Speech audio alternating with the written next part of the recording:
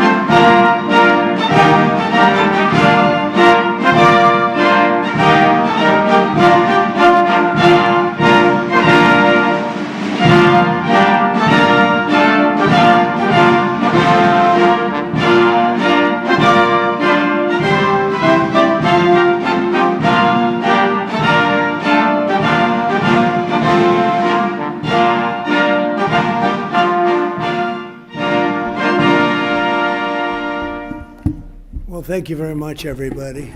Thank you. What an honor. Well, this is a very special occasion, and it is indeed my honor to welcome to the White House a great friend and a man of leadership, vision, courage, and strength, His Royal Highness Crown Prince Mohammed bin Salman of the Kingdom of Saudi Arabia. And we had a big day today, a very big day for both countries. We've gotten to know each other well over the years, and he has become a true partner for peace and prosperity for our countries and for the world and for peace in the Middle East, which was a crowning achievement for both of us. And I just want to say that Crown Prince Mohammed, we're delighted to have you with us at the White House. Very special, very, very special.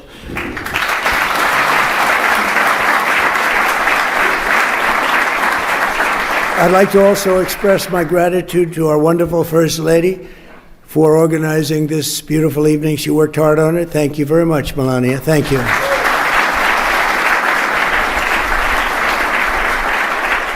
And we're pleased to be joined as well by Vice President J.D. Vance and his magnificent wife, Usha. Thank you. Thank you, J.D.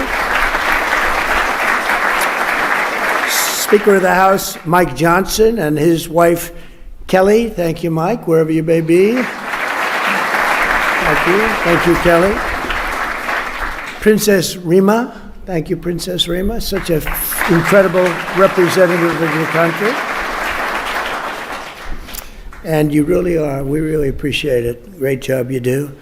And members of the Saudi delegation, we want to thank you very much for being with us. We spent a lot of time with you today in the cabinet. You're extremely good negotiators, that I can tell you.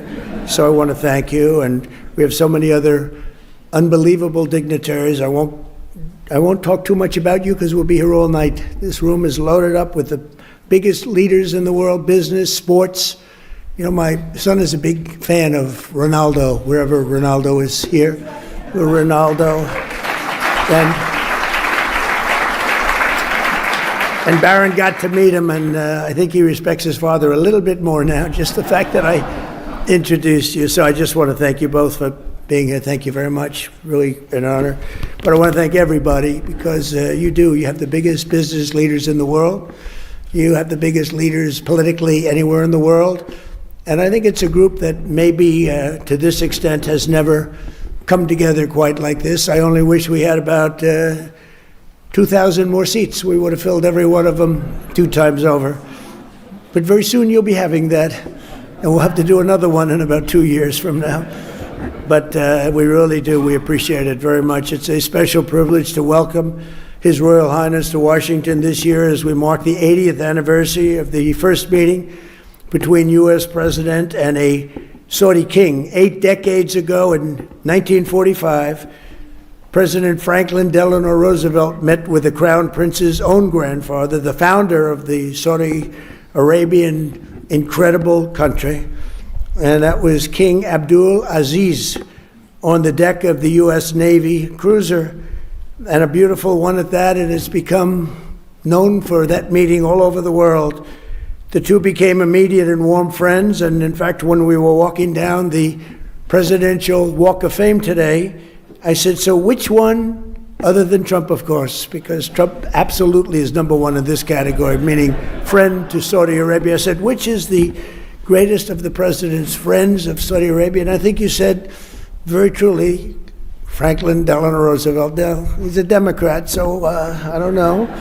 But I understood it, and it's true. He was a great friend, and right now you have the best friend you've ever had. But ever since, our countries have been enduring partners, and together this evening, we're making that partnership closer and stronger than ever before. And we've never had the relationship, our countries, like this. We had four great years, but things happened today, and documents were signed, and we went through a lot during the first 9 months.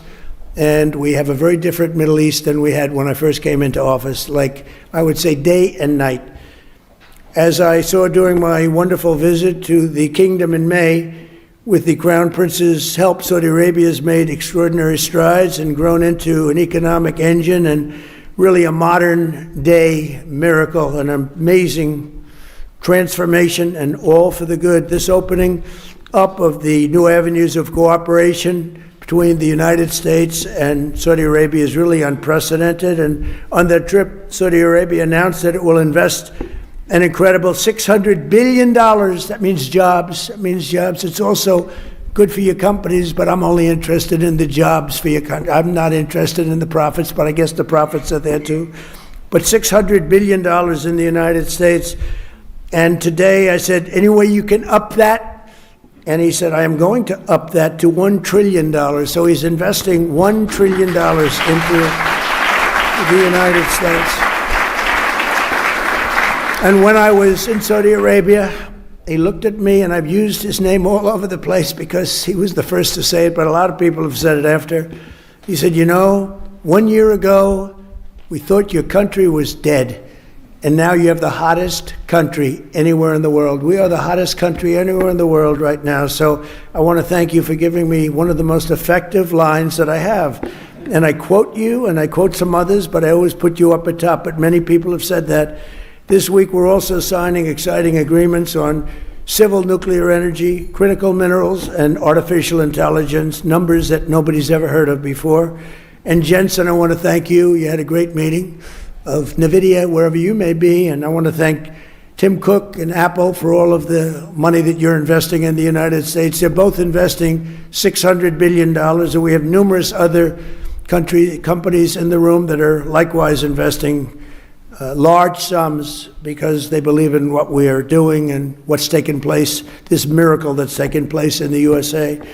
Together, these will come together. We're going to have support the many thousands of American jobs that have been created and help solidify the USA and the world leader. We're really now by far the world leader in technology, and nobody even questions it. Advanced manufacturing and other vital industries. They were saying 2-3 years ago, when the country was really losing business, not gaining business, that we'll never be manufacturers again, we'll never be doing any of these businesses again, that are coming back to us in record numbers. AI plants, but maybe even most importantly, in a sense, the auto plants. They're all pouring back into the United States. And I have to say, because of tariffs, I'll also say because of November 5th, the election.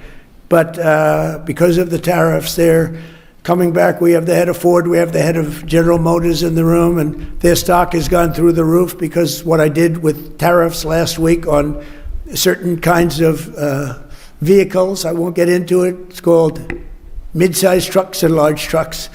So I wanted to get into it because their stock went through the roof, and they were very happy. They did not really a hell of a lot of work. I gave it to them at their request, and for that, they get a big fat salary. But more importantly, they create jobs all over the country. It's been amazing. And the business you've gotten in the midsize and the large trucks because of what we did with tariffs is incredible. It's incredible. So I congratulate both companies and thank you both for being here very much. And as we announced in May, Saudi Arabia is also making an enormous commitment to building up its own defense capabilities with the largest arms purchase in history, nearly $142 billion worth of American military equipment and services. And as I've said many times, and we've demonstrated just a short while ago, but quite a bit, We make the best military equipment in the world by far. We make the best jets, the best missiles. We make the best military equipment in the world. There's nothing even close. But this will mark and make both of our nations safer and cement the kingdom's role as a key force for stability and security in the Middle East. And they are, I think right now I can say, with what we did with our beautiful B-2 bombers going in and obliterating a very serious nuclear threat, which would have taken place in about a month from that date. They were ready to go. They're not ready to go anymore. They'd like very much to make a deal with us, and they call us, and we'll end up probably doing that. That's Iran. But when you really think about it, Your Majesty, I think that this is the best in terms of safety. Saudi Arabia has never been as safe as it is right now. You always had a little cloud over your head, and sometimes that cloud was very big. That cloud is not there anymore, and we want to keep it that way. So that's why tonight I'm pleased to announce that we're taking our military cooperation to even greater heights by formally designating Saudi Arabia as a major non-NATO ally, which is something that is very important to them. And I'm just telling you now for the first time because I wanted to keep a little secret for tonight. I just heard him say, "Oh, that's nice." That's another point you won today. And signing a historic strategic defense agreement, which we just signed a little while ago. So congratulations. It's our period.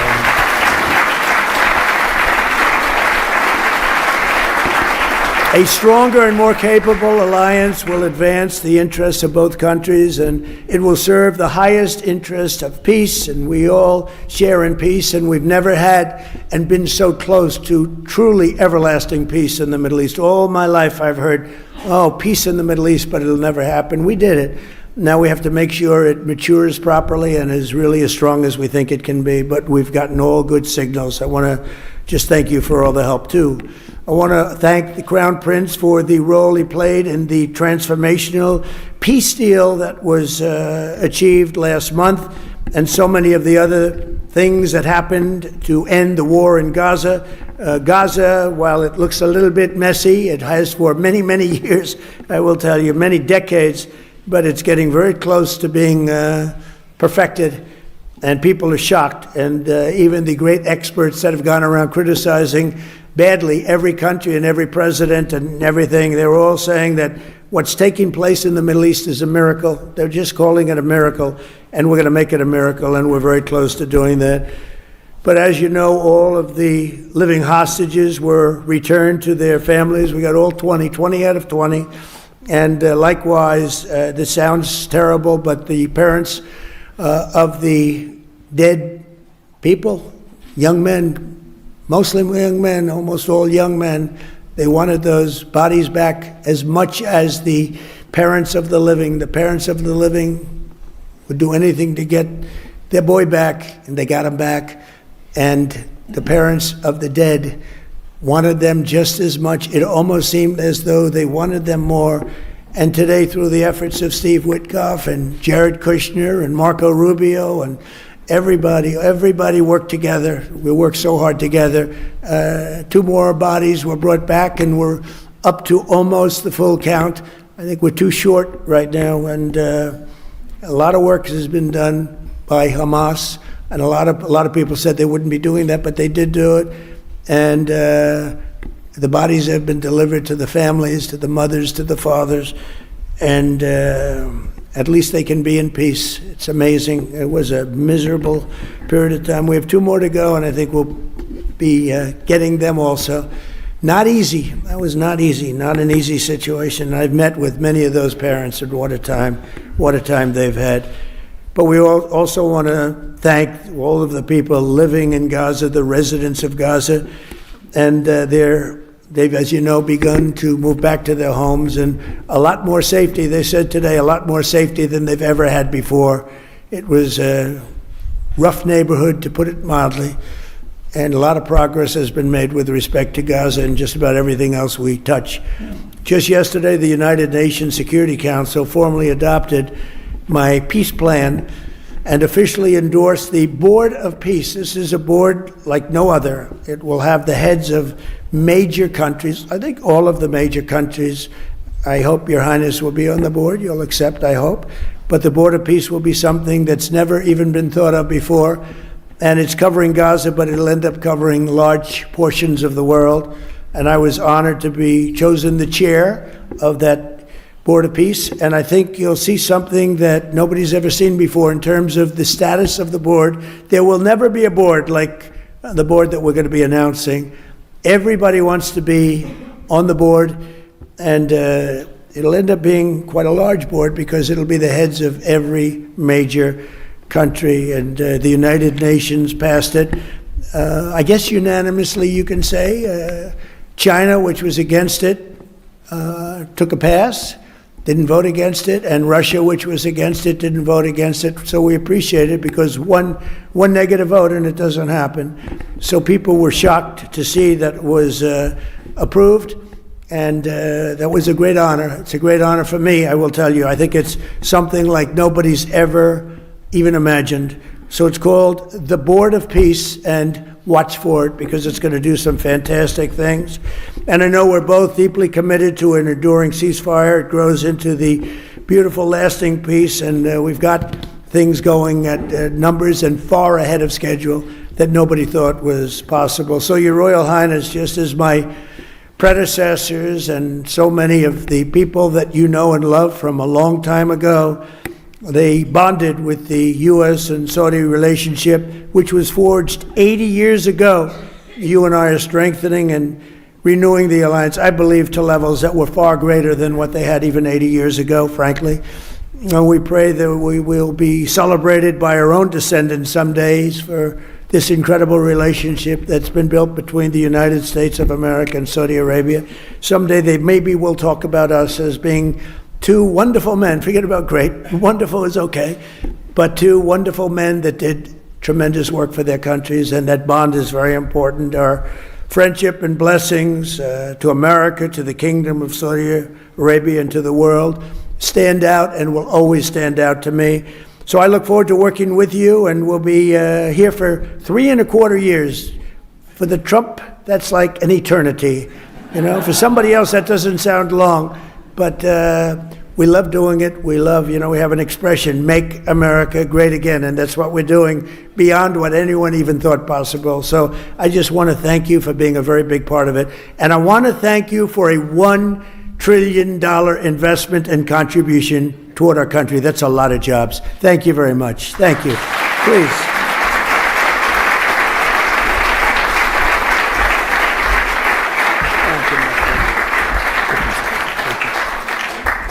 Well, it's too hard to speak after Mr. President. No one speaks better than him. But first of all, I will start with thanking Mr. President for the warm and great welcome that we have today. We feel home. And this relation started around close to 9 decades ago with Roosevelt and King Abdulaziz, who've established the modern Saudi Arabia. Also, I've known that America is almost celebrating 250 years of establishment. And also in 2 years, we will celebrate in Saudi Arabia 300 years of establishing Saudi Arabia. We've been since the last 9 decades working together in many areas. During the World War II, we was a major supplier for oil. During the Cold War, countering extremism, terrorism, but during that time, we've been also working on a lot of economical opportunities. But today, it's a special day. We think the horizon of the economical cooperation between Saudi Arabia and the rest of America, it's bigger and wider in many areas. We've been signing a lot of agreements that are going to open the door to develop the relation deeper in many areas, and we're going to work on it. We believe the opportunities is huge, so we're going to focus on implementation and keep increasing the opportunities between our both countries. So thank you again, Mr. President. Thank you. And also, before I come here, someone told me that there is in some of the bidding sites that they are bidding on me wearing black suits, and if you bid on me wearing black suits, I'm coming here with the black suits, they're going to get almost 17x. So I want to tell them, sorry, you lose the bid. Maybe next time. So thank you, Mr. President. Thank you. Very much.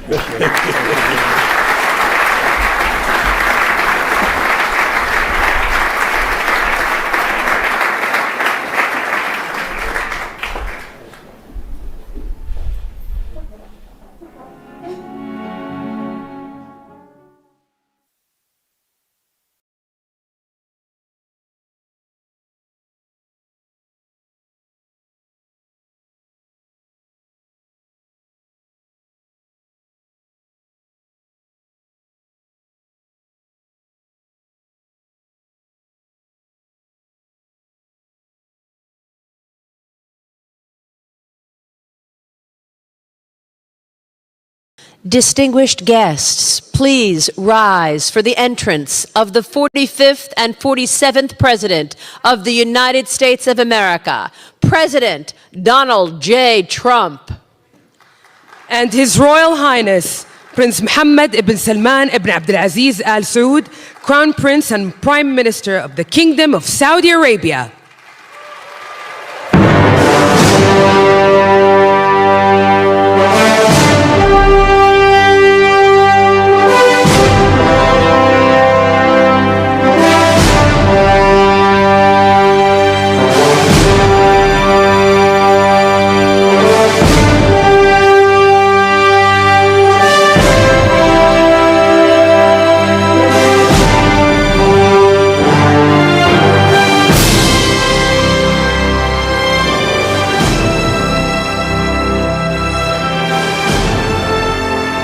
Your Royal Highness, we now invite you to deliver your remarks. The floor is yours. سمو سيدي الكلمة لك. فخامة الرئيس دونالد ترامب، الحضور الكرام، يسعدنا نلتقي بكم اليوم في واشنطن بعد 6 أشهر من انعقاد منتدى الاستثمار السعودي الأمريكي في الرياض، الذي انعقد خلال زيارتكم فخامة الرئيس، حيث وضعنا الأسس لشراكة تقوم على النمو والتنويع الاقتصادي والابتكار، كما وقعنا وثيقة الشراكة الاقتصادية الاستراتيجية بين بلدينا في خطوة تاريخية لترسيخ التعاون الاقتصادي. واليوم يسرنا توقيع اتفاقيات ومشروعات استثمارية جديدة تتضمن قطاعات الدفاع والطاقة والذكاء الاصطناعي والمعادن النادرة والقطاع المالي. We laid the foundations for partnership based on growth, economic diversification, and innovation, and we signed a strategic economic partnership document between our two countries. In a historic step to cement our economic cooperation, today we are delighted to sign investment agreements and projects that include sectors such as defense, energy, AI, rare minerals, and finance. This will contribute to generating huge job opportunities in our two countries and to economic growth. We contribute to strengthening our historical relations and developing investment tracks between our two countries in line with our ambitions. I invite you. And it's great to be here today at the U.S. Saudi Investment Forum. Great group of people. The biggest, you got the biggest in the room. But some of the most talented, maybe most importantly, the word talent, successful and innovative business leaders anywhere on the planet. Whether you have come from near or far, we're delighted to have you invest right here in the hottest country anywhere in the world. Every leader is saying the United States we're the hottest country in the world. We're going to keep it that way too. But this has been, according to those that seem to say it, and I will say it, I would never say a thing like that because I want to be very modest. I always want to be modest as I can. They say this has been the best 9 months that any president has ever had. I'd say that's pretty good, right? But we've had a great 9 months. Now we have to do it more than a few more times. We just have to keep it going. We'll keep it going. I want to thank my friend, a great gentleman, Crown Prince Mohammed of Saudi Arabia, for his bold leadership and deep commitment to the ties between our two countries. Thank you. Thank you. Great gentleman. Yesterday we had a phenomenal visit at the White House celebrating the 80-year bond between the United States and Saudi Arabia. We ended with an unbelievable show last night in a room that was far too small, but the next time you're here, you'll have a much bigger room. It's gonna be much bigger. I made more enemies last night by we had 119 people. That was a record for the room. So they've wanted for 150 years, they've been clamoring for a ballroom at the White House, and we're giving them one plus. And it'll be something, but you'll be here, you'll be among the first, if not the first, if you'd like, we'll work it out. But you had a lot of people that wanted to be there. They really would have witnessed something that was really incredible. The entertainment last night was incredible, including our great opera singer, but including the military, the talent and the military musically is also incredible. So it was great to be with you last night. I think it was something to behold. We officially designated the kingdom yesterday as the major non-NATO ally. That's a big deal. It's actually a very big deal.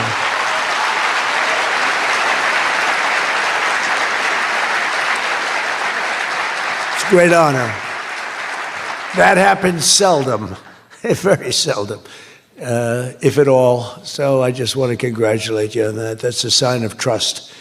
We signed a historic strategic defense agreement yesterday also, and that's something that is likewise very rare, and it's a very honored company that you're in. And we're going to be selling Saudi Arabia some of the greatest military equipment ever built. We build the best military equipment in the world by far. That's why we do the most business, including nearly 300 American-made tanks is what you're buying, among many other things, the airplanes, and we're working on getting that approved very quickly. It's already approved, but don't worry.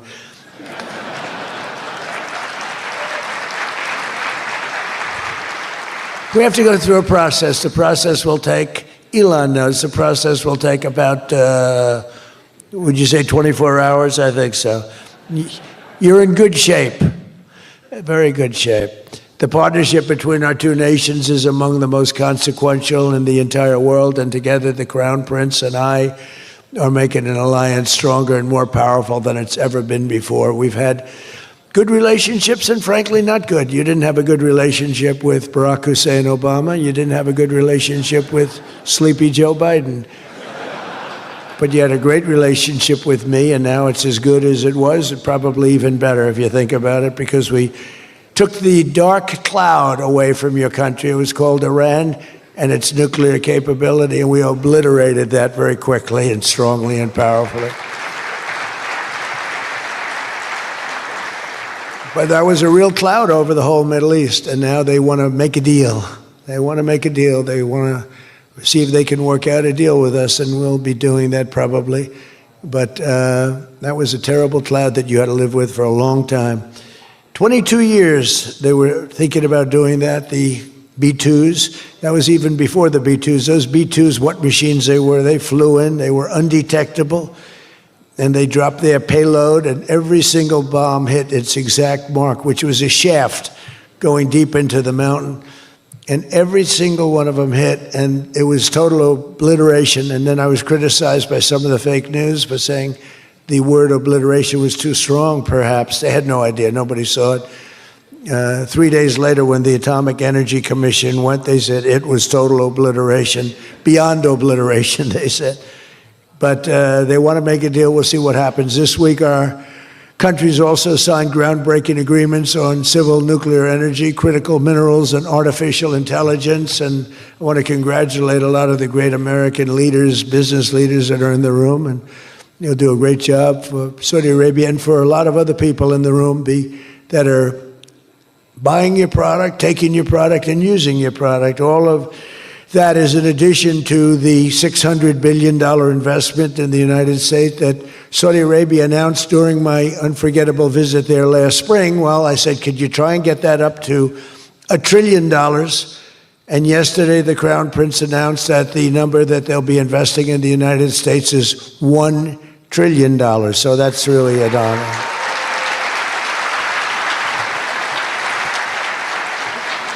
And we just took a picture backstage with some of the great business leaders and some of the great people, friends of mine from your country, and beautiful picture. And while we were taking the picture, I said, could you make it 1.5 trillion? So he's got something to think about. I don't know. We'll get something. I think we'll get something, Scott, right?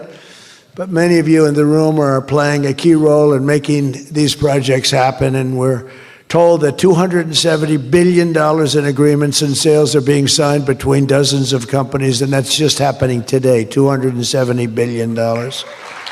That's big stuff.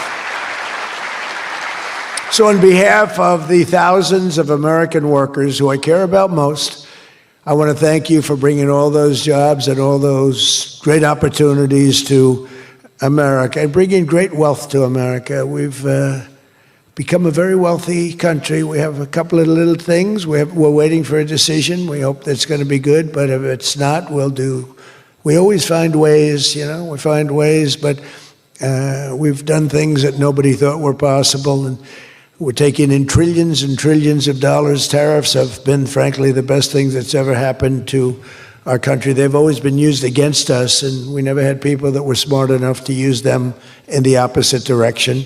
But now you do, and we have taken in trillions of dollars, and it's been absolutely amazing. We're going to be doing a dividend to the people, low and middle income, moderate income people, of at least $2,000. In addition to that, we'll be paying down debt very substantially. It's the kind of money we're taking in. And really, countries that took advantage of us are no longer taking advantage of us. Friends, some of our friends treated us far worse than our enemies on trade anyway, and we've got that all straightened out. And everybody's happy. They respect us again. You know, it's like one of those things. I think they like us better, and they actually respect us, and it works out much better for us, too. But I especially want to thank our numerous Saudi friends here today, including the ambassador to the United States, a friend of mine, Princess Rima. Thank you very much. Great job. Great representative you have. You sent a good representative. And many distinguished ministers and members of the cabinet, governor of the Public Investment Fund. Where's Yasser? Yasser's here someplace. Sometimes I see him dressed both ways. I don't know. It's cooler that way. I'd dress that way if I could. Yasser's terrific. He's a terrific man, actually. So thank you very much, Yasser. And Secretary Scott Bessent, who's been fantastic. Where's Scott? We're thinking about him for the Fed, but he wants no part of it. He likes being Secretary of the Treasury. I think we'll leave him. So let's cross your name off, right? Officially, right? Remember, you said that. I love the Fed job. To me, it's the easiest job in the world. You play golf for 28, 29 days, then you go and make a little speech, tell everybody, in the case of the current guy, the wrong information because he has no clue. But if you have good instincts, you know, it's all based on instincts. I see they want to hire 3,000 economists, 3,000, to report to the Fed chairman. What are they going to do? Take all this information? 3,000 economists. That's why they're spending $4 billion on renovating a building that should have cost $25 million to do. They should have spent $25 million. They're building a basement into the Potomac River. I could have told them that's very tough to do and it doesn't work and it's very expensive. But they're up to $4 billion headed by this clown. But we have 3,000, think of it. They want to hire 3,000 economists. So they took a poll and they interviewed 71 people. And of the 71 people, 2 people got it right. 2 people. One was a great economist whose name I won't tell you because I don't like him personally, but he is good. And the other one that got it the most right was a man named President Donald J. Trump. Do you believe it? And I didn't have an economist. Well, I had Scott. But we got it right, didn't we? Huh? We got everything right. Doug Burgum, where's Doug? Will you please drill a little bit faster? Between him and I'll tell you, you and Chris was great on television, and he's setting records. They're setting records, but I'll never be satisfied. Drill, you know, we got elected. Drill we must, I called it. Drill, baby, drill. Con Edison, a great utility from New York many years ago, they used to have it said, drill we must and dig we must. So when they were digging in a road, they'd have a sign, dig we must. Well, now we're putting those utilities to shame because I'm allowing all of those AI plants that are being built to build their own electric generating force, and they're building them like nobody's ever seen, and they're coming up with ideas and new contraptions like nobody's ever seen. And this way they can't blame me for not producing electric. I said, you produce it yourself. And actually they didn't believe I was saying that because nobody ever thought of a thing like that. They're building a massive plant. They were going to hook it up to a 200-year-old grid. And you know that wasn't going to work because there's no way of doing that. No way we could have done that. And I had the idea. This was my idea, approved by a couple of people. I said, why wouldn't that happen?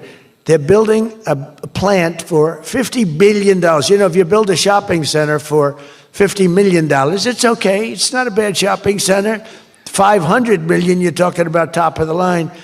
50 billion. So when it was first explained they're spending 50 billion, I said, no, you mean 50 million. No, sir, we mean 50 billion. And then I saw some of them that were the size of Manhattan. I said, they did mean 50 billion. And I said, well, what you're going to do is with that, how would you like to build your own electric generating plant? And they looked at me like I was crazy, because something like that, they really didn't understand it. The smart guys, they didn't understand it.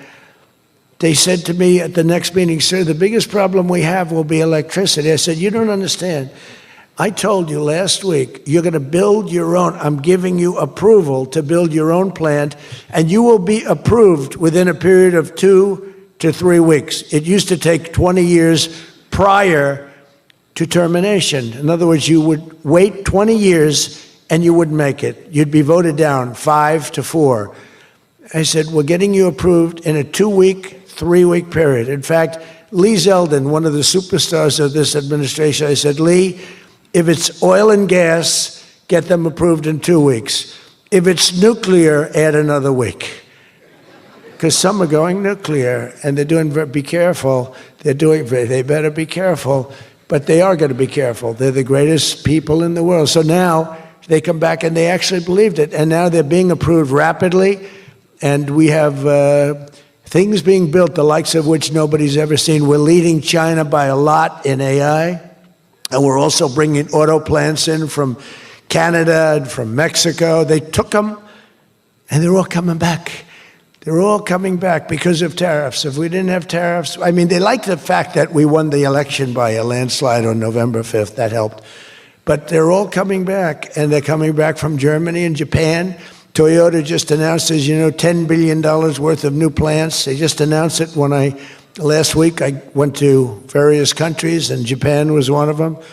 And Toyota's coming in with a $10 billion investment in 4 or 5 plants. Now, we're going to be more advanced than we were. So we led the car industry like 100% 50 years ago. We led the chip industry 30, 40 years ago. We had 100%. Then people came in and started taking it. I don't blame them, Taiwan, etc. They took 100% because we had no president that protected our industry.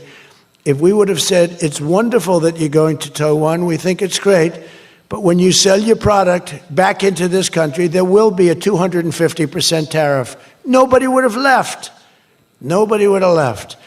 And Intel would have been a giant. Intel would have been, where's Jensen? Intel would have blown, well, he now owns a big chunk of Intel. He's got it figured all different ways. Where are you, Jensen? Stand up. You have done such a good job. And you had a good 2 days, I understand, right? A good 2 days. How's Blackwell doing, okay? Any recent competitors? Anybody going to blow Blackwell away in the next week? They say 10 years, I don't know, maybe 2 years, 3 years. But you will not be stopping there. You'll be going further fast, right? An amazing job you've done. I want to thank Howard Lutnick and Kristi Noem for being here. Kristi, Howard, good job. Really good job. My daughter Tiffany's here with her great husband, Michael. Thank you very much, Tiffany. Thank you, honey. She was a great student. She went to Georgetown. She was a great, great student, and she finished really right at the top, and we were proud of you. And she was so proud, and her graduation got canceled because of COVID. But I say if her name were something else, they probably wouldn't have canceled it.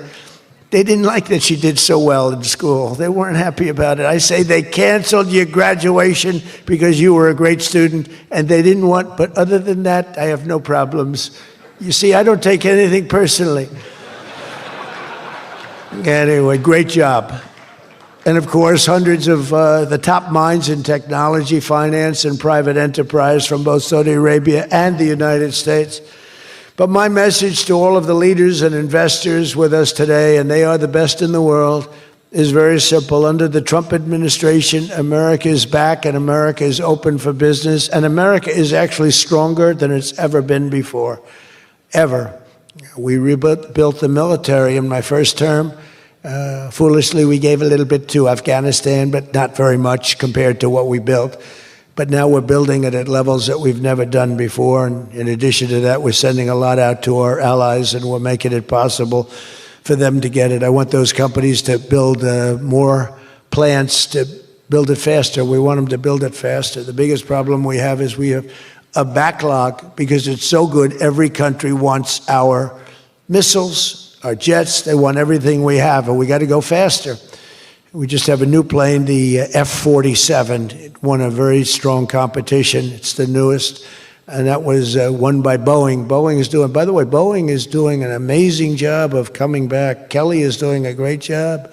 They're really moving, and it's really great to see. But they won the competition for the jet fighter, and they say it reaches levels that has never been reached, both in terms of stealth and speed and everything else that they go by. So they're just completing their factory, and they've already started work on the F-47. How did that number get chosen? I don't know, but I didn't pick it. I did not pick it. It was said, "Sir, we'd like to present you with the F-47. I said, "That's an unusual number. How did you pick that number?" After 4 years of economic nightmares under the previous regime, sleepy Joe Biden, he was a sleepy guy, wasn't he? Think he would have been here today? I don't think so. Americans have rejected the failed, and they were really failed, far left models that you were looking at of high taxes and massive spending, soaring costs, crushing regulations, and trillions of dollars in green new scams. Everything was a new scam, green, green, green. Look, I'm all for the environmental everything. I'm all for climate change. You know, they have new word, climate change. Used to be global warming. It's global warming. Well, that didn't work. It started coming down. They did the global cooling thing. Then they just said, we can't keep up with this. It's too much. So we'll go, perfect words, climate change. They're covered. If it rains, if it snows, if it's warm, it's climate change is destroying the world. Remember? The world was supposed to have been gone 2 years ago. They gave us 12 years, Howard, to live, right? 12 years. But that was 14 years ago. The world was going to burn up, but it got actually much cooler. They know these people. It's a little conspiracy out there. We have to investigate them immediately. They probably are being investigated. Their policies punished success, rewarded failure, and produced disaster, including the worst inflation in our country's history. We had the worst inflation in history, and now we have a beautiful normal inflation. It's going to come down over the next few months a little bit more, but we have a nice normal inflation. We had the highest inflation in the history of our country. 9 months ago, our country was dead. But now America is the hottest country anywhere in the world. We're the hottest country. I don't care what country you're with. America is the hottest country considered. And we did this in a period of 9 months. We're a little longer than that, but it took me about 2 weeks to get started. We're rewarding those who build and create, invent, and invest in the USA. And you know, our big, I call it the great, big, beautiful bill. It's the biggest bill ever passed in the history of Congress. And Scott and I and all of us, we sat down and we said, let's do it, along with the Speaker and John Thune and everybody, said, let's do it all in one bill. And a lot of people were they said, you'll never get it approved. And we didn't have a huge majority. We had a huge presidential win. We won everything. We won all 7 swing states. We won the popular vote by millions. We won everything. But the one thing, we won one, it's called districts. The country has districts, and we won in terms of districts 2,750 to 550. And that's why when you see the map of the election, it's the whole country, it's all red, and it's pretty amazing. 2 little blue streaks on the right and on the left, and they're very little and getting smaller. But it's been pretty amazing. But in 4 long years, Joe Biden secured less than $1 trillion. In 9 short months, I've secured $18 trillion to rebuild our factories, create hundreds of thousands of jobs, and bring back those Beautiful words, made in America. So think of that. He did less than $1 trillion in 4 years, and in 9 months, we've done more than $18 trillion, okay? That's called success. And we think that by the end of the first year, it'll be over $20 trillion. So, and thank you very much. You helped with that little boost you gave us, that little increase. We appreciate it so much. We appreciate you. So as just one example, under the deals being signed this week, workers at GE Aerospace, I think he's here. Where is he? Stand up. What a job you've done with your new engines. And where are you? You're there. It's not a very good location for you. I thought you have been amazing. Great new engine that's supposed to be more efficient, more powerful, and less costly. That's not a bad combination. But GE Aerospace will soon be delivering dozens of new airplane engines for 787 Dreamliners in Saudi Arabia's commercial fleet. Big order. It was a big order just secured. Every new job and every new factory created by these announcements builds up our middle class and really strengthens the industrial backbone of America. And, you know, I view it differently. I used to view it as it's great, great, great. The stock goes up. I view it, everything is jobs now, because I don't care. I care about jobs. And we have more jobs. It was just announced. We have more jobs right now than we've ever had in the history of our country. Those are big numbers. You know, it's like crazy. It's just a great stat. More jobs today than we've ever had in the history of our country. And we're going to be producing a lot more are coming. In my first term, we built the greatest economy in the history of the world, and now we're do it again, but this is really bigger and better and stronger. The first term, we had what was considered the best economy that any president has ever had.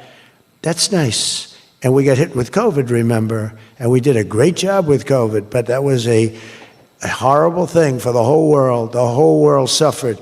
Your country suffered. Everybody suffered. And despite that, we had the greatest economy. And before that, forget it. We blew it off the charts. I'll never forget, I met with pollsters the day before I got the news about COVID, but I met with 2 pollsters because we were starting to think about the next election. They said, sir, if George Washington and Abraham Lincoln came back from the dead and they aligned and they went for the president, vice president as a combination, you'd be beating them by 25 points. And then the next day I was told that something strange is happening. There's a lot of death being reported in a certain country. I won't tell you which one because that country is well represented here, but you know which one.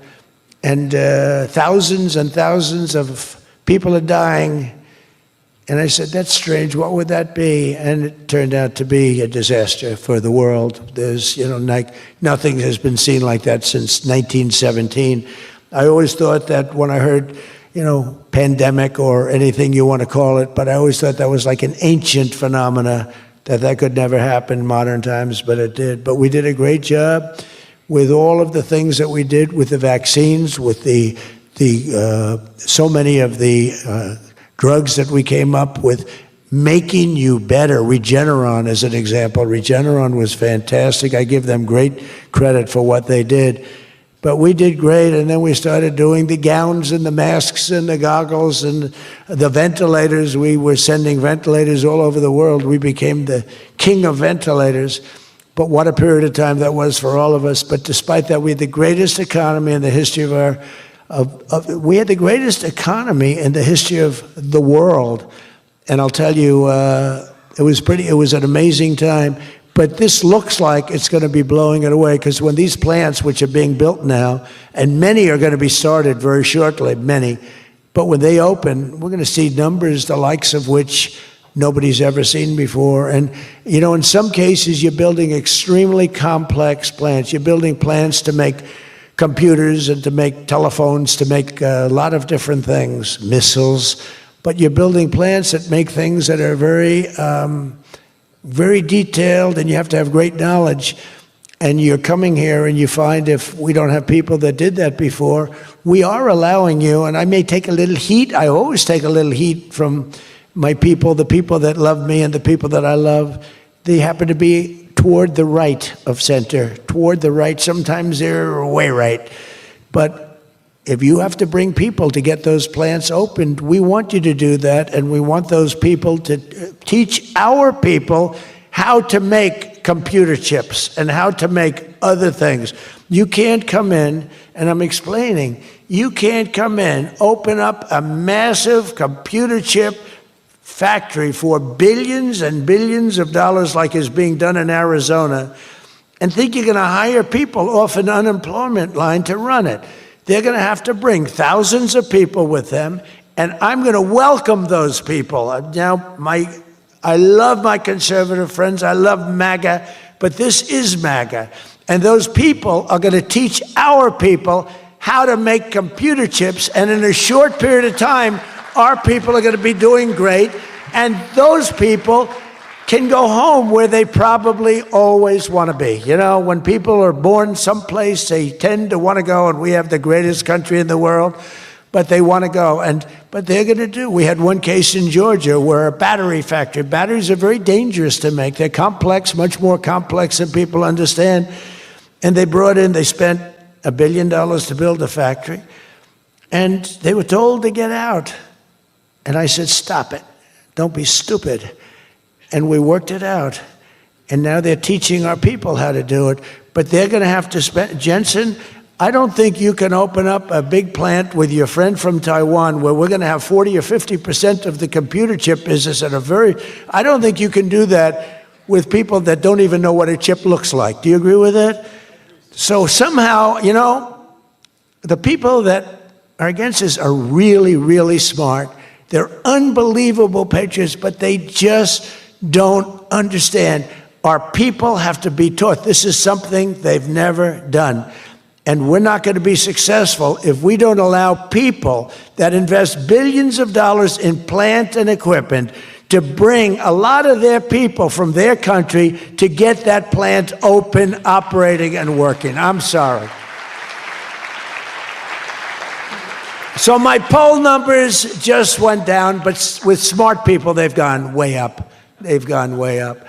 And I mean that. So for those of you that are doing the plants, you're going to have all the help you need, and you're going to do a great job. And you're going to teach our people how to do it, and our people are going to be just as good as your people ever were in not such a long period of time. Since the election, the stock market has set, and this is a little more than 9 months, 46 all-time record highs. And the growth is now amazing, and it's lifting up the Americans and American economy like nobody's ever seen before. It's the biggest, there's never been a period of time like this. Wages for hourly workers are rising at the fastest pace in 60 years, and real wages for construction workers are up $2,200 a year, and that's good, and that's spending. They're going to spend, they're going to buy many of the things that you're making. In 9 months, we've lifted over 600,000 Americans off food stamps, and that's happening rapidly. You know, when we had the problem 2 weeks ago on the SNAP, and they talked about all of this, the numbers. So when I left, which was a rigged election, by the way, but that's okay. You know, they used to go crazy. I'd say rigged, nobody complains anymore because now they realize it was, and it's been proven, and it continues to be proven. But when I left, that number was $7 billion. Now it's $47 billion. That's Biden. So if you think about it, if Kamala, who's the same basic thing, grossly incompetent, he was incompetent, they're all incompetent because their policies are incompetent. Open borders, men playing in women's sports, transgender for everybody. I mean, they got the worst policy. I don't talk about it too much because if I talk about it, they might change. So, no, I don't talk about it. I tell people, don't talk about it. Wait till 2 weeks before the election and hit the hell out of them. Right? We talked about that, right, Elon? He said, we wait 2 weeks before. It's almost like you're in a war. Don't shoot yet. Don't shoot. Hold your fire. The enemy's rushing. Hold your fire. Don't shoot. Okay, now you can go. 2 weeks before. But I watched a guy the other day, a congressman, fighting for men playing in women's sports. And the new weightlifting record for a certain weight was just set. The man was 119 pounds higher than a woman champion who was a phenomenal champion. beat her by 119, and he was an average lifter prior to transitioning. A lot of the Saudis that are sitting here saying, what the hell is he talking about transition? They don't do, Yasser, they don't do a lot of transitioning. They're sitting here, the Saudis are saying, what is he talking about? They're saying, what do you mean women are playing against men? No, that doesn't happen, does it? Yeah, it does. These people are crazy.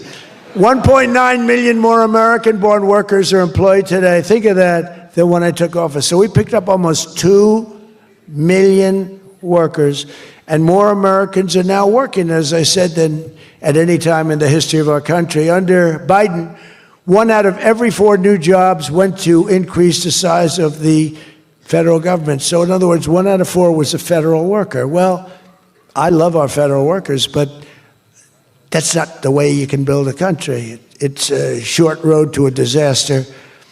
Under my administration, 100%, think of that, of all new jobs created came out of the private sector. In fact, the federal government, we cut thousands and hundreds of thousands of jobs out of the federal government. Now, if I wanted to do something for purely political reasons, I'd say, Susie, let's hire a couple of million federal workers. And you know what happened? Unemployment is unbelievable. We don't do that. They did that. They used to hire workers in order to fudge up the numbers. The federal workers. By the way, Susie Wiles, most powerful woman anywhere in the world by the biggest, most important magazine. Susie Wiles, she had her father, Pat Summerall, the great announcer, football. He was a great football player, became an even greater, the voice of the NFL, and he was supposed to be a tough cookie, and I believe it 100%. Most powerful woman in the world. She can take out a country, destroy, take out a country with one phone call. That's power. I don't know if I could do that, but she could. Thank you, Susie. Do you feel good about the job you're doing? Huh? She's never going to be satisfied. She's doing a great job. We're also making incredible strides to make America affordable again. That's a new word that they're using. Affordability, they talk. They had the worst inflation in history. They had the highest prices in history. The country was going to hell. The only thing that we're going up in is our stock market, okay? The only price that we really have, I mean, we're bringing prices down, but they came up with a new word, affordability. And they look at we are all about affordability, and everyone assumes that that meant that, no, their prices were high. If you look at the numbers, since I took office, core inflation is now below 2.7%. It was at numbers that nobody had ever seen before with them. Walmart just announced that the cost of their standard Thanksgiving meal is reduced by 25% this year from last year. So they make, look, the Democrats, I don't know, some of you are probably liberal Democrats. I don't know about in your country. I don't know if you know that word, liberal. The word liberal doesn't exist. But they have a new word now. You can't use liberal, you have to use the word progressive. And I don't like using it. It's a beautiful word, progressive. Progressive, that's not them. They're regressive. No, they're regressive. Think of it. So if I don't get in, we have $20 trillion. Let's say she gets in. Instead of $20 trillion, you'd lose $10 trillion, and your welfare and other benefits would go up by 30%. Look at SNAP, look at what happened there. From 7 million to 47. From 7 billion to 47 billion, it would be that. So we would lose business, countries and companies and people would flee our country. They would flee, and all of the other things would go up. In other words, would end up with the shell of a country, and I'm being nice when I use the word shell. This country would have been in big trouble, and I don't want to get him in trouble, but that gentleman right there, the most respected man in the room, that's today because we're here. Most respected man, I have to say that. Don't worry, when I'm with other countries and the leaders sitting there, I say the same about them. Don't worry. Don't get carried away. No, the most respected, one of the great leaders, he told me when I was in his country, he said, And I use it all the time. Sometimes I refer to him because I have great respect for him. I figure it sells better. But he said exactly these words. He said, it's amazing what you've done. 1 year ago, your country was dead, and now you've got the hottest country in the world. You were the first one that said that. And I've used your name hundreds of times. I use your name, I say, that king of Saudi Arabia said. But anyway, but it's true. We were a country that was in really bad trouble. We were a country that would have been dead, I believe, within a year or 2 years after the election. We were headed in a very bad direction. And now we're headed in the best direction, I think, that we've ever been headed. According to the USDA, Turkey is down, think of that, 33%. And I'm not talking about the country of Turkey. He's doing fine. Erdogan is doing good. Just want to, I don't want him calling me. I'm not down 33%. He's a friend of ours. We got to take care of our friends. Since March, egg prices are down 86%. Think of 86%. Many other prices are down in a similar number. When I first came into office, my first 3 days, I had a news conference, and they started screaming at me. Those people, that's a lot of people back there. Look at all the fake news. They started screaming at me, eggs, eggs. I didn't know anything about it. I said, what's going on with eggs? They're up quadruple. I said, I've only been here for 3 days. And we'll work on it. And we got them down very substantially. They said, don't buy eggs for Easter. At the White House, we have an Easter egg hunt. We buy thousands of eggs. The people come from all over, thousands. They asked me, sir, would it be possible this year to buy plastic eggs? I said, I'm not buying plastic eggs. The kids are going to pick up an egg. They're going to, what the hell kind of an egg is this? And we bought maximum number of regular eggs, and we got the prices. Brooke Rollins did a great job, Department of Agriculture. She did a fantastic job. And eggs are way down now. Mortgage rates are down despite the Fed. Scott, you got to work in this guy. He's got some real mental problems. No, there's something wrong with him. It's just sweet. I'll be honest, I'd love to fire his ass. He should be fired.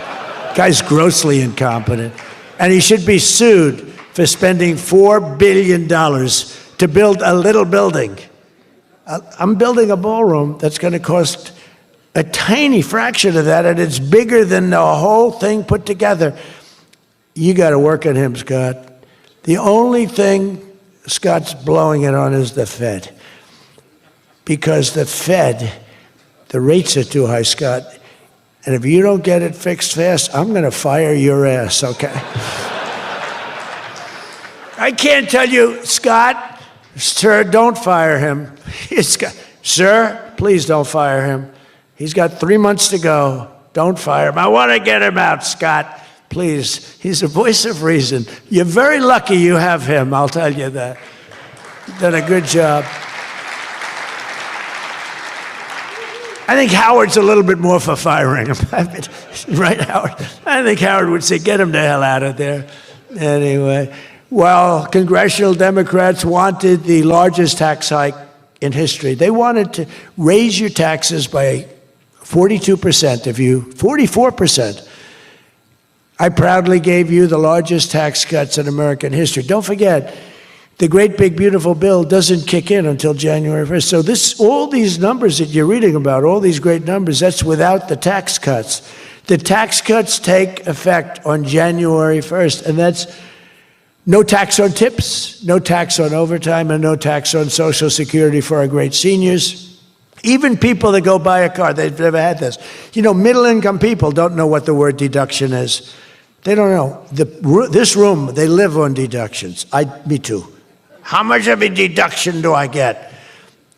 We all live on it. Middle-income people, they don't know about that. They don't really have deductions. We're giving them a deduction on the interest if they buy a nice Tesla car and they borrow the money. You're so lucky I'm with you, Elon. I'll tell you, has he ever thanked me properly? Although I do let him buy other than electric cars, but these are minor details. We had a mandate, which even Elon thought was ridiculous, that everybody has to have an electric car by 2030. And once, fortunately, he said, that's a ridiculous thing. So I keep quoting, but I'm giving them a deduction. Now, Elon would like to have it differently. a deduction only if you buy a Tesla, right? But we'll let it be for everybody. But think of it. You get a deduction on the loan, on your interest payment. I think that's going to be an unbelievable boon to car sales. I think it's one of the biggest things, and we'll see, but I think it's going to be. And the biggest thing I've done for business and jobs is deductibility, where all of that money that you're spending, 100%, think of it, expensing for all new equipment purchase, factory construction, including structure. Every single thing you're allowed to deduct, expensing 1 year. And that's what made our first tax bill, in my opinion, more than anything else, bringing your money back in. We have that, we have everything. Trillions of dollars, hundreds of billions, but trillions of dollars. Apple alone, Tim Cook brought in hundreds of billions of dollars. You couldn't do it under the old tax code. You'd have to pay so much tax, and just the bureaucracy of it. We made it very simple. We charged a fair rate, and we took in billions. Well, we have that. But the expensing, to me, was the thing that made it so successful. And the other thing is all of those tax cuts that we got, that was the largest tax cut in history.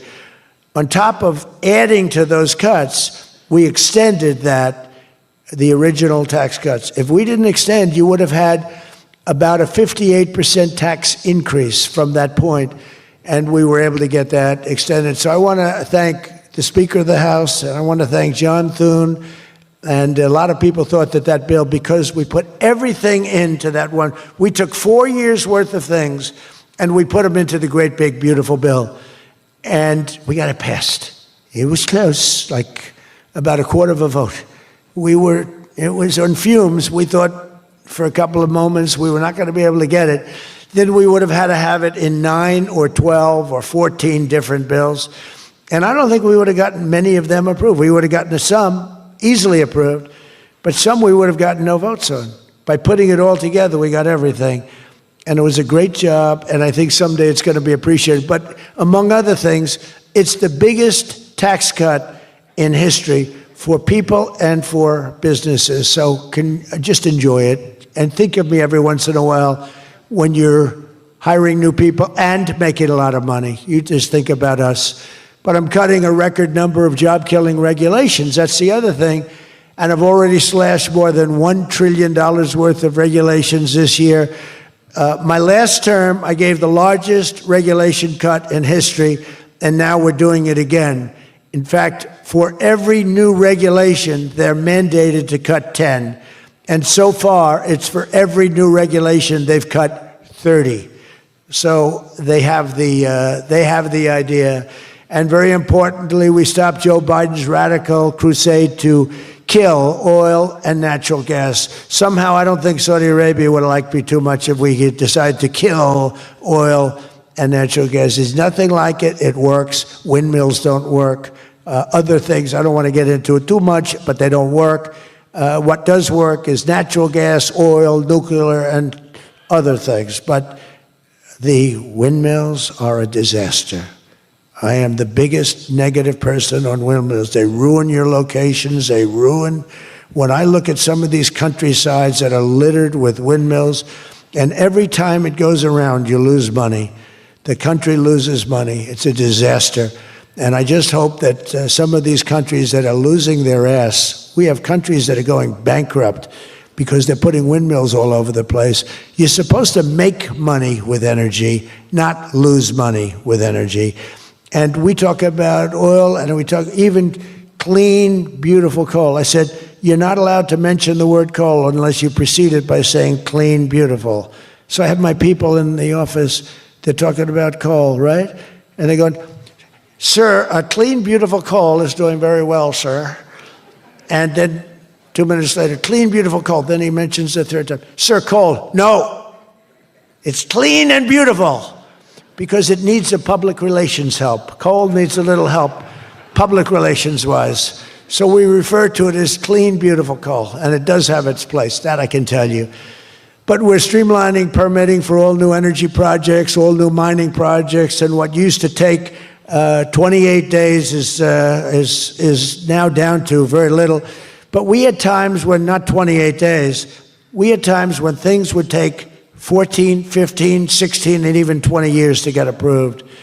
We have a maximum day, 28 days. That's the maximum it'll take. It'll never take more. You can come in with $1 trillion factory. You can come in with what it takes, a maximum of. You don't have to go years and years and years, be abused by bureaucracy. If you build a plant now, you're going to have your plant done within 28 days. And a lot of you are all, because I see everyone shaking their head, you're all agreeing. We're getting you approved by very smart people quickly. You know, when you used to walk in with plans done by the best engineers in the world, thousands of pages, and drop them on some guy who's been there for 28 years approving environmental impact statements, and he's looking at pages that he's never seen, and he's supposed to approve it. He has no idea what the hell is in those pages. So we know what we're doing. We're going to get maximum is 28 days. That's why we have so much under construction, and people can't believe it. They can't believe it. And again, remember what I said, most important thing, you're building your own electric plant. You're really becoming a utility in addition to doing what you're doing. But you're building all of the excess, all of that energy, all of that electricity is being built. And your excess electricity, you can sell back to the federal grid. So we even make it there. Under the deals being signed this week, the world's two leading energy superpowers, America and Saudi Arabia, are partnering on energy like we've never partnered before. American Saudi companies represented here today are joining on liquefied natural gas, infrastructure, constructions, and making both of our energy sections, our sectors are becoming so strong. Just a quick story, in Louisiana, when I first time I got there were two massive LNG plants. One was under review for 14 years and was being rejected. The other one was for 18 years. The people of Louisiana, Doug, you know exactly what I'm talking about. And one was $20 billion, one was $24 billion, like the biggest things, like 3 Empire State Buildings lying on its side. It was massive. And I said, whatever happened with those plants? Well, sir, they're under review. How long has it been? 14 years and 17 years. And they had given up. Massive investments were being made by other countries and the richest people. They couldn't get them approved. I got myself involved. Right, Doug? The first one, I got approved in 1 day. The second one, I got a little cocky. I took my time. It took me 1 week. And they're both operating today, and they're tremendously successful. I got one, think of it. After 14 years, I was in office. I got involved. I got it done in 1 day. And it's been a tremendous success and made a lot of money for our country and for a lot of other people. And the other one took 1 week to get done. That one was under review, I think, for 14 or 15 years, both of them. So I'm very proud of that, actually. I also proudly ended the ridiculous Biden-era restrictions on artificial intelligence, and we will work closely with friends and partners like those in this room to build the largest, most powerful, most innovative AI ecosystem in the world, and we are going to work it so that you'll have a one approval process, not have to go through 50 states in the United States. You know, you can't go through 50 states. You have to get one approval. 50 states is a disaster because you'll have one woke state and you'll have to do all woke. You'll be back into the woke business. We don't have woke anymore in this country. It's virtually illegal. But you'll have a couple of wokesters, and we don't want to do that. We want to get the AI done, and I'm working with David. David's done a fantastic job. If he's here, I think he is. He is. Thank you. David's done a fantastic job. But we want one approval, one, and hopefully you have the right guy in the federal government. Hopefully you have the right president, but you have one approval, one approving body, not 50, not, hundreds of people all over the country looking at what you're doing. And basically you're forced to take the worst and the most onerous, right, Jensen? Are you happy with that, Jensen? Thank you. If Jensen's happy, I'm happy. But what's very important, we have to do that. And we have a couple of very good, very well-meaning senators that think every state should have a right to approve. We're not going to do that because that will not allow you to do what we have to do. And we'll get that straightened out. Together, the United States and Saudi Arabia are unleashing really the most incredible new prosperity together. and we're also making history and forging peace. And I've settled 8 raging conflicts, 8 wars. I've settled 8 wars. I have 1 to go. You know what that one is. I thought that was going to be my easy one because I have a good relationship with President Putin, but I'm a little disappointed in President Putin right now. He knows that. I thought that was going to be the easy one. I settled 1 war, 36 years. I got it done in 1 day. I had another one, 32 years, millions of people killed. Even Congo and the Rwanda, they had 10 million people killed. It was out of control. I got that settled. I have a man's father who happens to be in this room doing a great job, right?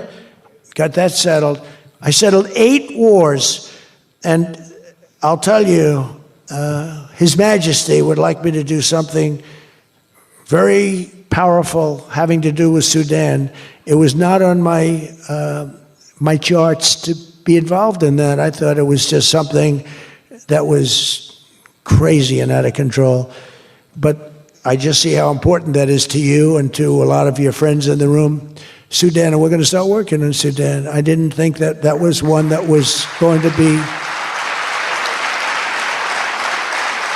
so easy to do, but we're going to start working. Mohammed said, yeah, thank you.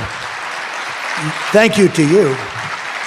No, it wasn't on my charts because I'm good at settling disputes, and I've always been. I've done very well with that over the years, even before this. But I was talking about the different wars, and look, India, Pakistan, they were going to go at it, nuclear weapons. I said, that's okay, you can go at it, but I'm putting a 350% tariff on each country, no more trade with the United States. No, you can't do that. I said, I'm going to do it. Come back to me and I'll take it down, but I'm not going to have you guys shooting nuclear weapons at each other, killing millions of people, and having the nuclear dust floating over Los Angeles. I'm not going to do it. They said, we don't like that. I said, I don't care if you like it or not. So I was all set. I told Scott, 350% tariff to settle that war. If you don't, we'll make a nice trade deal. They were in the midst of a deal. Now, no other president would have done that. Another guy would have, like Joe Biden, doesn't even know what countries we're talking about. He wouldn't have any idea. There'd be no tariffs, no nothing. Just the whole world would go to hell. But no, I used tariffs to settle all these wars. Not all of them. 5 of the 8 were settled because of the economy, because of trade, because of tariffs. So I did this. But, and then, I'll tell you what, the Prime Minister of Pakistan called me. Thank you very much. He actually said, I saved millions, and he said it in front of Susie. He said, President Trump saved millions and millions of lives. He doesn't even know that, but he saved millions of lives, and he talks about it. And I got a call from Prime Minister Modi saying, we're done. I said, you're done with what? We're not going to go to war. I said, thank you very much. Let's make a deal. But I saved a lot of people, millions of people, on many other wars. Azerbaijan, you know what was happening there? I settled that. That was going on for many, many years. Actually, Putin called me. He said, I can't believe you got that one settled. We've been trying to settle that one for a long time. I said, don't worry about that. Just let me settle your frickin' war, okay? You don't have to help me. I don't need any help. I need help with your war. And it'll get done. But working with the Crown Prince was amazing because he mentioned Sudan yesterday. And he said, sir, you're talking about a lot of wars, but there's a place on earth called Sudan. And it's horrible what's happening. And I viewed it as being just sort of a freelance, no government, no this, no that. And he explained the whole culture and the whole history. And it was very interesting to hear. Really amazing, actually, to hear. And you know, we've already started working on that, okay? He said that would be the greatest thing you can do. That would be greater than what you've already done. That was your expression. Is that a correct expression? Pretty good. So we're working on that. We started about 30 minutes after you explained to us the great importance of that. I view it differently now than I did just a day ago. But we also, as you know, we had a historic ceasefire. We ended the war in Gaza. And 2 days ago, incredibly, the United Nations Security Council backed the Trump peace plan, and we have a great peace plan. We have peace in the Middle East. This is a strong peace too. They say, oh, it's tentative. It's not. This is a very strong peace. We have 59 countries signed on, and when there's problems, I'm getting calls from countries. They want to go in and lead the fight to solve the problem if we have any problems. But right now, it's looking very good and endorsed.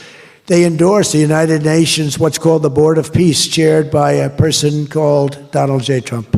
I accepted the chairmanship. They asked me to be chairman. That's what I needed. It's just a little more work, but it's a great honor. That'll be the greatest board ever assembled. When you see this board will blow every board away. And I believe we're going to be lucky enough to have the Crown Prince be a very distinguished member of the board. But we're going to have the heads of the Board of Peace, and I think it will go long beyond Gaza and the Middle East. I can see that going long beyond. There'll never be anything like this in terms of, I know you all have wonderful boards, but this is going to blow it away. It's going to blow them all away, and it's going to do some really good. So in the coming months, the Crown Prince and I are going to ensure that the ceasefire and everything else that's going on that's so positive in the Middle East, hard to believe. I mean, I've grown up, peace in the Middle East. I used to have peace in the Middle East, but never happened. We have peace in the Middle East. It's an amazing thing. Nobody thought, 3,000 years they talked. Nobody thought it would happen. In just 9 months, our administration has achieved more than most other administrations achieve in 8 years. And we're leading again in just every country. We want to win. We want to win for you. We want to win for ourselves. We want to help our allies. We want to change our enemies. We want to change our enemies. I'm being nice when I say it that way, but we want to change them. And if they don't change, we're going to be nasty. But hopefully we're not going to have to be nasty. But we want the world to prosper. We want the world to be safe. Our alliances are flourishing like they haven't before. And, you know, they're respecting America again. They didn't respect us. We were like a bunch of stupid people. We had a president that couldn't get up and talk, couldn't walk up a flight of stairs. We had people that didn't know what the hell they were doing. We were an embarrassment all over the world. But now we have people that are respected at levels that we've never seen before. So I just want to tell you that this is a group that I respect. I read every single name of every single person sitting in each and every seat. And I either know you or I know of you. This is an amazing group of people. And it really is headed by that gentleman sitting right smack center with 2 seats in between him. He wants plenty of room. And he's going to be the king of Saudi Arabia right now. He's the most distinguished gentleman. He's my friend. And thank you very much for what you've done for us, and we will always be with you. Thank you, Mohammed. I appreciate it. Thank you, everybody. Thank you very much. Thank you.